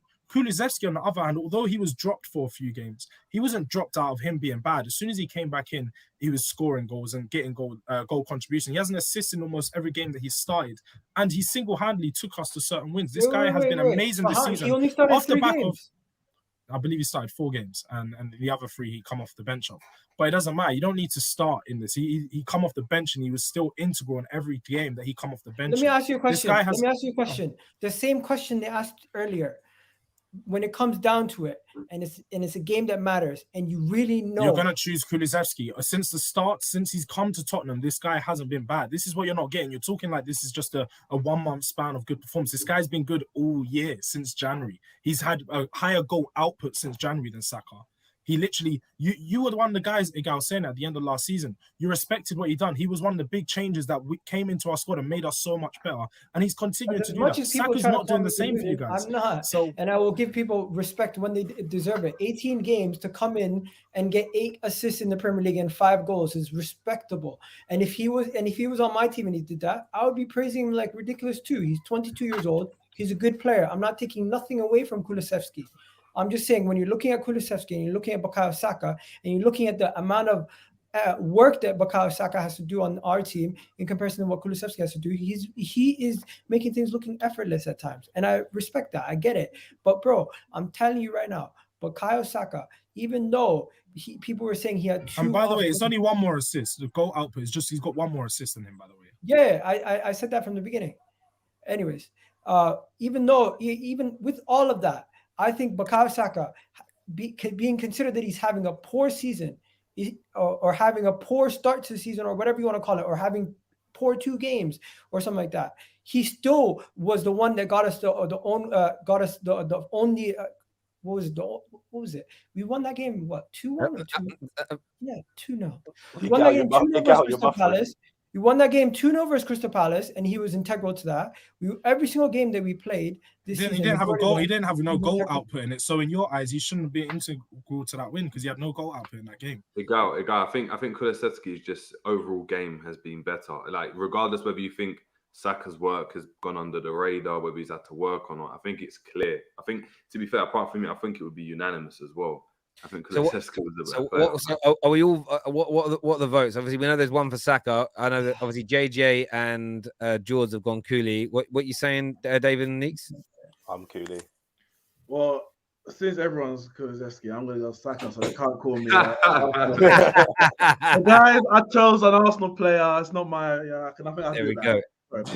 So the final position, then. I mean, at the moment, just to put this out there, there is 1, 2, 3, 4, 5, 6 currently Spurs players in this team. So we're going with the final position, which is the number 9, the striker. What are you saying, George? I'm just dancing because I know I already won this, man. This is light work. Like, this is a game to me. Like, we don't talk about the front lines of Arsenal because there's no comparison. Harry Kane just slides into this team, and as you said, he was already there. He was just waiting. The spot was already warmed up for him. Gabby Jesus can come, but all he's going to do is just warm the seat for Kane for a while until Kane comes in. What's your argument? Have you got an argument, Igal, for Gabriel Jesus to be in the team over Harry Kane? Thinking of one now. The silence was deafening. He's buffering. Let him have Kane. Let him have Kane. This is the first time I've seen a guy speechless, honestly. Let him have Kane. Because if you're gonna play Gabriel Jesus, you can play him out of position and you can make an actual like best 11. But like if you want to play everyone in their rightful position, then yeah. I mean, when you look at that team now, I'm gonna put it up on the screen. Sorry, I've just lost my. I don't know where my cursor's gone. There it is. And that's the team as it stands right now. Ramsdale, White, Saliba, Romero, Perisic, Xhaka, Højbjerg, Bentancur. Sorry, that was meant to be Odegaard. Sorry, it's meant to be Odegaard. I miscount that. That's a mistake. Let me. I don't know why I put him in there. Let me change that. It actually changes it a little bit. Sorry, people. Let me just get this updated. It actually changes the numbers a little bit. I'm not too sure why I picked him. Sorry, that's back up on the screen there, so you can all see that Odegaard's in the team. And then Kulusevski, Kane, and Son. So actually, it's 3, 4, 5, 6. Actually, it's not bad. 6-5. 6-5. So Spurs did win. Sorry, 6-5, not 7-4. Sorry, my bad. I made a mistake. So I apologize. But yeah, that's how the team lines up. The only one I really look at, and I think I get on, he's had a good season. I mean, in actuality, I would pick Partey over Højbjerg. Yeah. Personally, I would, if I'm being honest. But having Son in this team is jarring, is what Tevin's got to say here. I mean, you know why George is a sneaky one. You know, that Perisic pick. He got all these assists. Ain't it like all from corners? And I'm not discounting the corners, but they're not. What, 2 out of 3? I think 2 out of 3 from corners. Oh, okay. To be fair, it could actually be Zinchenko. Perisic's crossing is like very, very good. It is, and like realistically, he should have more assists. It's just that some players just aren't in the right areas at the right time. Like I think that if I had the option of playing, well, I would personally between the teams, I'd play wing backs. If I have the option of a left back / wing back, I would choose Perisic over Zinchenko. Mainly because I think Zinchenko is not that good. Just got an assist in the internationals too. Just like Son, free kick in the internationals. Richarlison, brace in the internationals. Arsenal players aren't even playing for the internationals, man. Come on, man. I'm surprised you didn't bring up Richard. I thought Richard, you might bring him up. We're planning ahead, my guy. We got 9 games this week. They know what about manager, Terry? Manager. The manager. What? Yeah, I mean, manager-wise, who we picking? Igal, Arteta or Conte? It doesn't matter what I say because you guys. No, but if it's this season, it has to be Arteta. It has to be Arteta. If it's this season, listen, we're unbeaten. We're unbeaten. I'm sorry, we're unbeaten. They're top of the league and manager of the month. This weekend will change that. But we're picking now. It's pre. Wait. Conte's. Wait. I don't know if you know the new. Conte's getting manager of the month for September. He's nominated for this month. Arteta won it last month, and Ten Hag's winning it this month. So I don't know what you want to say. Like, if it's on this season, then it is. Unfortunately, it is Arteta. But like, obviously, we know Conte's better. But yeah, obviously, on this season, it's Arteta. And as I said, we're putting Ben White right. 1 point difference. We're unbeaten.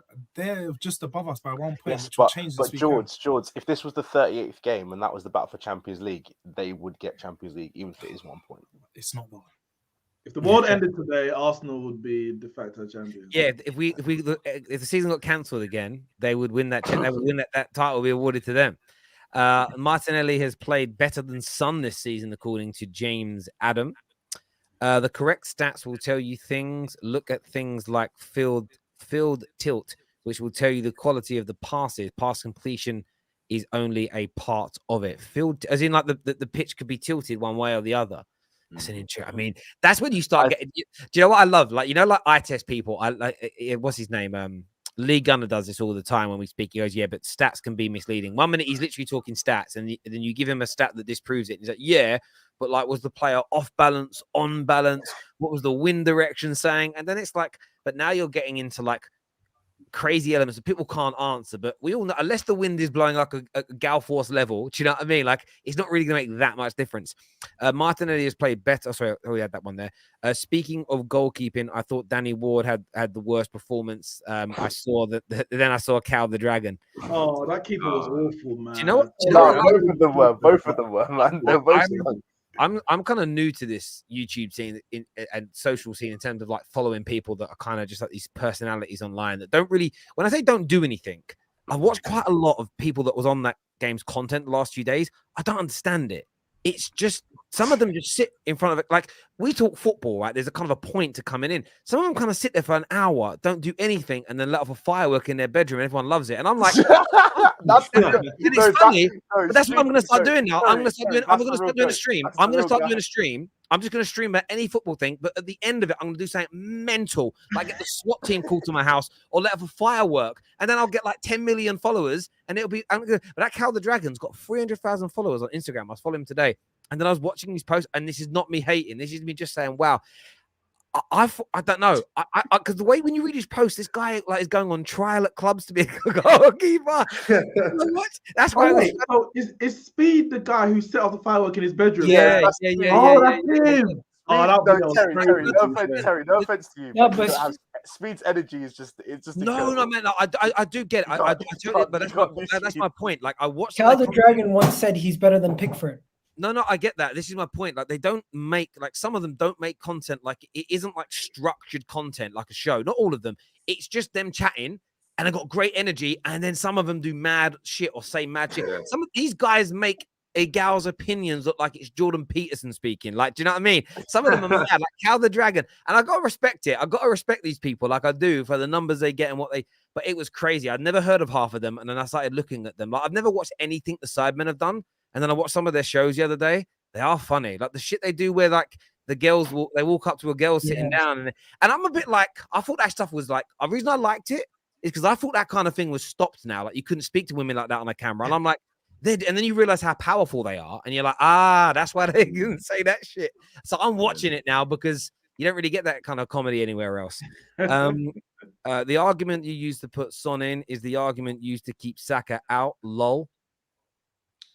No, but I think that makes sense. I think is there not an argument to put Richarlison in instead of Son based on like form this season? What about Richard? Well, he's done better than Son. He's done better. What has he done in the Premier League? He's performed better, but to be fair, his goal, like he's but he's performed all-round performance though. I can't just look at that output. I mean, Martinelli has actually been finished for the goals. We can't just talk about output now. Do you know what I mean? Man? No, 100%. But I feel like with Son, it's not even just the output thing. It's just about the class. It's just like you're choosing a better player. It probably should be Martinelli if you're based on this season. Yeah, and honestly, the same amount of goals as Son. But he didn't just get in this mad 35 minutes against the worst keeper in the league. And it's about performances too. He's had like 5 90-minute performances where he was amazing. I think we should change that. He's just shaking his head. No. You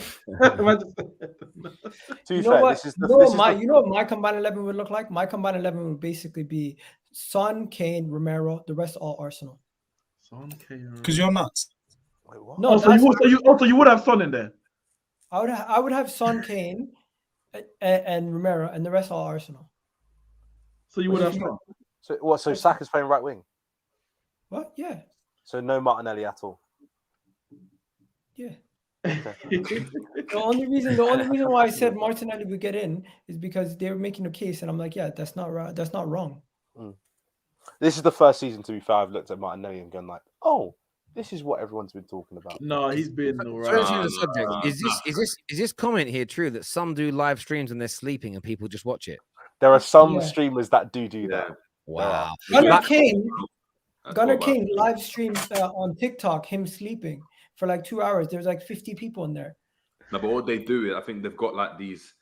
They connect like alerts and alarms to like the money that you spend, like the super chat. So imagine you did it, Terry, and every time you got a super chat, an alarm went off or your bed moved or something. Okay. That kind of thing makes sense. Again, these are things you learn. And by the way, a few people in the comments are saying I'm hating. Like, I'm not digging anyone out. Like, I'm just saying I'm 36 years old and I didn't know these kind of things. And I get like some of these guys are like, I don't know, like it says they're musicians and they're this and they're that. But when you look at I went back to their first videos. None of them were making music videos in their first videos. They were just doing what I would just consider to be random stuff. But obviously people will like it. But it just, honestly, some of the stuff's amazing. It makes me die. And that speed, I show speed. Like I subscribe. And I must have watched about 6 videos in the last day. And I'm just dying with laughter. And the crazy thing is, someone said he's a comedian. I'm like, he ain't a comedian. He don't tell jokes. He's just funny. Does that make sense? He's just funny. Man was round and said Tottenham, bro. At least he knows Tottenham, bro. He don't know us. us. So the whole joke is like he was there like who's your he asked this random girl what her favorite team was, and she was like Spurs. He's like, Spurs? What are they like? Like, you know, the Asia goes like, oh yeah, Premier League. Like who are Spurs? And then she goes like, do you know Son? He's like, oh yeah, I love Son. Son's amazing. He's like, he plays for Spurs. What? Tottenham? Like, he had to go look it up, and I can't do it justice. I'm reading he's here. amazing. Someone sent me a link here. So he's banned from Twitch because they said he had like a sexist rant on there. Who's that? This speed guy said he's banned. Again, I'm only reading what this website says. I didn't realize all this, but like, yeah, it's the thing is as well. You got to think 17 as well. Like, it's gonna be so funny. Which it's gonna be really good bit of content when he's 35 and got kids and he goes back and watches his content back. Did you see the lips one when he made his lips like? He put his lips in a cup thing to make his lips bigger, and then he took it out. He overdid it. He took it out, and his lips were like massive. And he just started screaming. Yeah, but it's funny. See, this is what's crazy about this generation. People can make money off that. I remember being a kid, and I put a glass in my face, and I sucked it, and it stayed on, and I just kept on doing it, and then it came off, and then the whole of my mouth was bruised. It was like a massive love bite all around my mouth. That's the maddest thing now. Like my generation missed out. We were all doing this shit, just not in front of cameras, and we just one friend would laugh, your brother would laugh at you. These you do it on camera now, and you're making money. Like the stuff that we used to do as kids. Like honestly, I think back to it now, like we could have made so much money if we'd have filmed some of our Friday nights out drinking White Lightning over a seawall. Like that stuff would get views because it's just stupid. But I say stupid, but like that Cal the Dragon guy. I mean, I watch some of his content and some of the stuff he says, and I'm laughing because I'm like, I don't get it because I thought it was real. And then you've got there's an older guy who I thought was Astrid Wett's dad, called Simple Simon. Yeah. Simple Simon. But again, I mean, he has a show now where it's him and 2 guys that they do a podcast where they're drinking, but that's what he's doing now because he's become famous. And I was trying to work it out, and I saw him because of a meme account I follow, and the meme account was like essentially always saying why would a dad say this about his daughter? And he was saying things that were very inappropriate, like, oh yeah, I've watched a few of her porn shows. I'm like, if your daughter does porn, you don't watch it. Like that for me was, and then it turns out someone told me the other day that it's not her dad, and I was like, oh, it all makes sense now. But that's how I kind of learned who Cal the Dragon was. And then I saw this video of him, like there's a girl called Jessie that works for Give Me Sport, and she did a video of Cal the Dragon where she scores a goal against him and he shouts at a defender, and it just makes me laugh. But I don't really get it, but it's funny. But there we go. Did he try to save it or did he try to kick it? No, he tried to save it, but it was like him shouting at a defender. It was very weird. Speaking of goalkeepers, though, sorry, I've already done that one. The argument, though, we've done that one. Igal should have 11 players of Spurs in the team. They will have a better team this Saturday. On that day, they will put you in your place. Terry, field tilt is an official stat. I'm not saying it isn't. I'm just saying it's an interesting one. Terry, score predictions. We'll be doing that on Thursday's show, my friend, so we'll see you then. I understand the idea that Arsenal can't beat a top 6. I don't understand the idea they can't beat a top 6 team. They beat United, Spurs, and Chelsea last year, and they had a weaker team. It's not as if the team is entirely new. It's a good point, my friend. It really is. Listen, everyone that's tuned in today, a big thank you to each and every single one of you. I'm going to work out how I can connect my bed to YouTube for super chats. And I'll see you all again soon. Take care. Goodbye. God bless you in a bit. Peace.